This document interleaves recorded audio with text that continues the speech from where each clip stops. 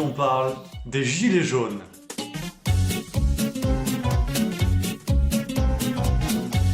J'ai déjà parlé des gilets jaunes dans une précédente vidéo, si peut-être tu t'en rappelles. J'avais parlé de ces livres qui s'écrivaient sur un mouvement encore en cours. Au cas où, si tu t'en rappelles pas, le lien est dans la description de cette vidéo. Séance de rattrapage. Il y en a qui ont essayé. Non mais je m'en fous, moi, qu'il y en ait qui a essayé. Ils ont eu des problèmes. Mais c'est vrai que tu sais, ces livres, c'est un peu comme une éjaculation précoce. Bonsoir. Toi, tu crois que c'est fini, donc t'y vas, c'est bon, t'es tranquille. Sauf que le ou la partenaire, elle tire un peu la gueule. Il y a un goût d'inachevé, on dirait la campagne de Raphaël Glucksmann. J'étais quand même obligé d'en lire un de ces livres d'analyse d'un mouvement qui était en train de s'écrire. J'avais pas le choix. Et j'ai choisi Une colère française de Denis Maillard aux éditions de l'Observatoire. Petit avertissement avant de commencer cette vidéo, aujourd'hui le but c'est de décrypter ce bouquin et de te montrer pourquoi ça tient pas la route, pourquoi c'est pas bon. Sauf que je peux pas faire ça et me contenter de 2-3 adjectifs dégueulasses comme ça, je suis pas Christine Angot. Un truc qui me fait peur. Laisse-moi terminer. Donc on va essayer de réfléchir un petit peu, je vais te lire quelques extraits. Au menu, Thibaut Inchep, Johnny, les gilets jaunes, plein d'autres choses comme ça. Tu vois pas le rapport? Bouge pas. Denis Maillard, l'auteur qui nous intéresse aujourd'hui, il est philosophe politique de formation. Là on joue en Ligue 1. Normalement c'est du carré, c'est du béton, c'est du sérieux. Je te garde son métier actuel à Denis pour plus tard dans la vidéo. Tu vas rire, tu vas voir. Prépare-toi à pouffer même. Déjà l'auteur attaque très fort, sans échauffement. Tu sens qu'il risque le claquage dès le début du match. Muscle ton jeu.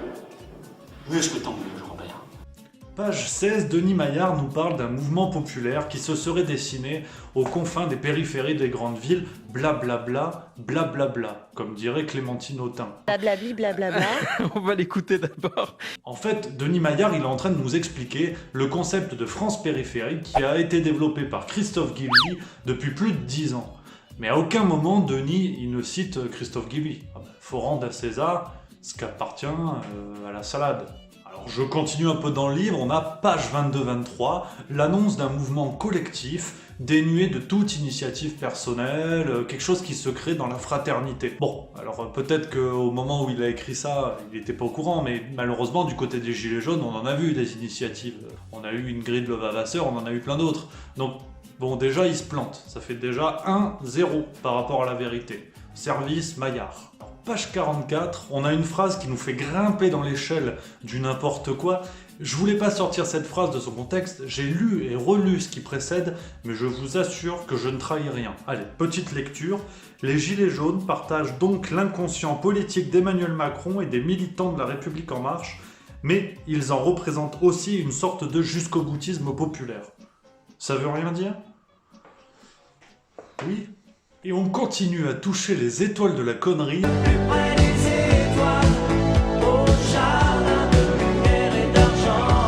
À partir de la page 52, où l'auteur va nous parler de Johnny. Si, je cite « Ouvre bien grandes tes oreilles ». Paradoxalement, c'est ce que révélait aussi l'émotion populaire observée lors des obsèques de Johnny Hallyday le 9 décembre 2017, chagrin provenant souvent des mêmes espaces périurbains que la révolte des ronds-points un an plus tard. D'accord, donc en fait les Gilets jaunes et Johnny, même combat. Ce sont exactement les mêmes gens qui étaient aux obsèques. Absolument. Et il y a une note de bas de page, au cas où si c'était pas assez clair. L'auteur précise. On n'a pas prêté assez attention au fait que les obsèques de Johnny ont donné lieu, pour la première fois de son quinquennat, à des huées et des sifflements dirigés contre Emmanuel Macron, un an avant la révolte des Gilets jaunes. Premier constat, c'est noté, c'est dans le livre, c'est sérieux. Puis je résiste pas à l'envie de vous lire un autre passage, parce que je pourrais vous lire tout le livre, tellement c'est pépite. Mais page 57-58, après nous avoir parlé de Johnny, Denis, il va nous parler de Thibaut Inchep. C'est les muscles. On embrasse d'ailleurs Thibaut. Eh ben apparemment, Thibaut Inchep, c'est la France des tutos, la France du coaching, c'est la France de 2019. C'est la France actuelle. Parce que c'est notre projet.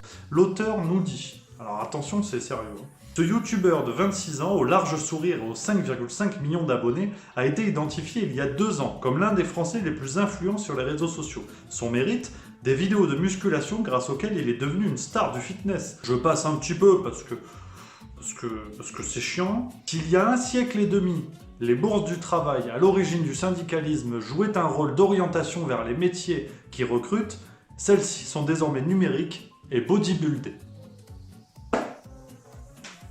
veux que je te dise.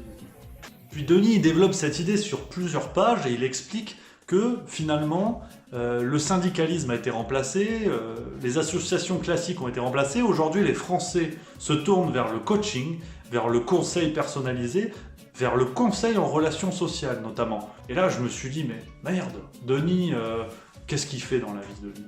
Qu'est-ce qu'il fait pour dire ça? Peut-être qu'il est analyste, peut-être qu'il a des preuves, je sais pas. Ben, j'ai regardé sur internet et en fait, Denis, en 2017, il a créé le cabinet Temps commun. Alors qu'est-ce que c'est que ce cabinet? C'est un cabinet qui est spécialisé en conseil en relations sociales. Voilà. Est-ce que l'auteur prêche pour sa paroisse et utilise ses idées pour essayer de se faire un petit business? Peut-être, peut-être. J'affirme pas, peut-être. Je continue de t'éplucher le bouquin, mais pas en entier. Je suis pas médecin pour lépreux. On a, autre pépite du genre, page 85, on a cette phrase « Au plus fort de la mobilisation, on recensait plus de 2 millions de conversations sur les réseaux sociaux dans de multiples groupes nationaux ou locaux. » Le chiffre sort de nulle part. Il n'y a pas de source, il n'y a rien. C'est 1, 2, 3, 2 millions, Denis, t'inquiète. Bon, bah voilà, peut-être c'est vrai. Hein. Donc plein de choses comme ça. Et puis pour boucler la boucle, hashtag grande boucle sur les réseaux sociaux, bien évidemment le Tour de France. Allez Julien Alaphilippe, maillot jaune. On a une phrase qui est plutôt merveilleuse, page 90, et après je m'arrêterai là-dessus, ça devient de la gourmandise. Page 90, on a « Ceux qui auront cru voir à travers la colère des gilets jaunes le retour de la lutte des classes en seront pour leurs frais. Car si l'on distingue bien de la lutte sociale, on peine à identifier les classes qui seraient en lutte tant toutes les catégories sociales donnent quitus à cette société de marché. » Donc, page 52, l'auteur nous disait que c'était la même France de Johnny. Voilà. Page 90, non. 40 pages plus tard, ça a changé apparemment. Les aléas du direct, hein, comme on dirait. Et j'arrête avec tout ça, parce que c'est vrai que ce livre, malheureusement, je doute pas de la bonne foi de l'auteur, mais c'est n'importe quoi. C'est n'importe quoi. C'est un livre qui a été écrit à la hâte, malheureusement. Un livre que je vous invite à lire, d'ailleurs. N'hésitez pas à y aller, à voir par vous-même. Il faut se faire un avis. Peut-être que je me plante, peut-être que j'ai tort, et dans ce cas-là, on peut en discuter. Dans ce livre qui a été écrit rapidement, j'espère qu'il n'a pas été écrit juste par la seule volonté de vendre du bouquin avec cette jolie couverture jaune qui se remarque légèrement. Malheureusement, on a un livre qui manque de corps, qui manque de contenu, qui empile des réflexions plus ou moins sérieuses, avec des chiffres parfois qui n'existent pas, des idées comme ça, sans fondement précis. Donc malheureusement, attention avec les livres sur les gilets jaunes, c'est très vendeur, on l'imagine, mais pour l'instant, ça ne sert à rien. C'est comme si demain, je me mettais à écrire un livre sur le Tour de France en parlant d'Alaphilippe qui a gagné. Il y a le contre-la-montre dans 10 minutes, peut-être qu'il va tomber. Tu vois, ce serait con. Vous me direz, Rémi, c'est con. Je dirais, oui, c'est con. Voilà pour cette petite vidéo sur les gilets jaunes. Fallait en parler. Je trouvais ça assez intéressant. Attention en librairie avec ces livres sur les gilets jaunes. C'est tentant, mais on peut réfléchir autrement dans l'immédiat. Sinon, nous, on va se retrouver bientôt pour d'autres vidéos. En attendant, vous pouvez découvrir ma dernière vidéo sur l'affaire Benalla. Ça chie les bulles carrées, comme on dit. Puis sinon, tu peux t'abonner par là. Et puis voilà, c'est tout. Moi, je file. Fin de transmission.